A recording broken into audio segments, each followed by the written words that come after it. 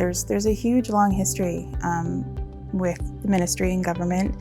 It's not a good history with Indigenous people. It's just so many services that they're not accessing.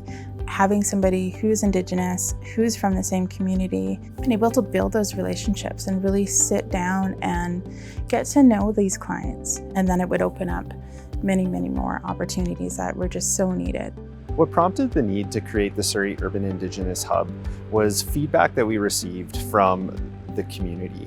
We were invited to a campfire event by the Surrey Urban Indigenous leadership where we listened. We listened to the impacts that our processes and our services were having on the urban Indigenous population in the community.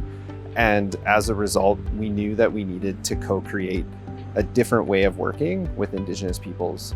The impact is that it's changed the way that we deliver service to Indigenous people in the community. When people come in and they're in search of healing or they're expressing hurt, and we're able to look at it from more a holistic approach, having people feel more comfortable getting service because what we're providing isn't clinical, it's more holistic and organic. This level of care is so important because we're in a crisis. We've had children born into homelessness, born in housing shelters, born two parents couch surfing. So to be able to house people, it's an incredible honor. And without this project, many of those people would not be housed. They would continue to stay where they are. The implementation of it was a bit of a challenge in that you're handing over something that you've controlled for a long time. We got around that just by relationship building, right? Allowing things to occur like healing circles or drum circles and saying, you know what, that's not our general practice, but if that's what you're saying needs to happen, then let's let it happen.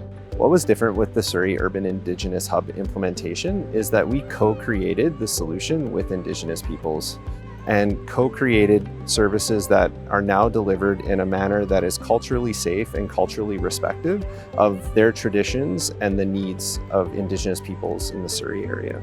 My hope for the community is for people to be empowered, for just more doors to open, more healing to happen, more people to be able to access different things that they might need so that they can better themselves.